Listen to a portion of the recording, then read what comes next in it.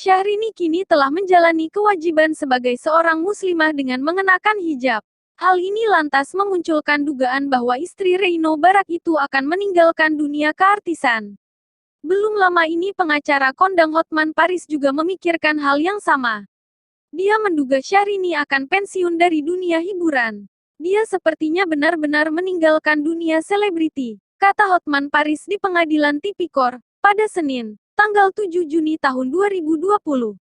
Prioritas. Sebelumnya, dalam sebuah kesempatan wawancara, Syahrini juga sempat menyinggung hal ini.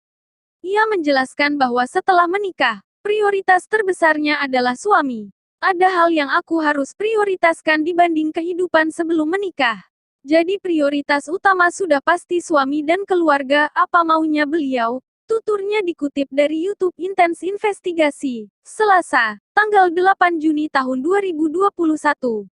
WFH, pandemi COVID-19 juga membuat aktivitas Syahrini di luar menjadi terbatas. Untuk menghindari hal yang tak diinginkan, Syahrini diminta bekerja dari rumah. Maunya juga tidak beraktivitas dulu selama pandemi. Berkarya kalau boleh sih di rumah katanya. Kalau mau rekaman atau nyanyi lagi, bikin studio rekaman sendiri aja oke.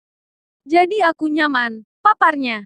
Sekarang kan sudah terbiasa orang WFH jadi sekarang aku kerjain di rumah. Bisnis aku kerjain di rumah. Pengerjaan musik next single juga banyakan di rumah, imbu Syahrini.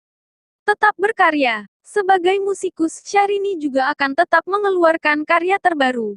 Insya Allah tahun ini akan mengeluarkan single baru. Berkarya masih tetap, 2020 kan aku mengeluarkan karya karena anniversary pernikahan. Setelah itu aku memang sebentar vakum, susah bergerak karena disuruh di rumah. Nggak kemana-mana, tutupnya.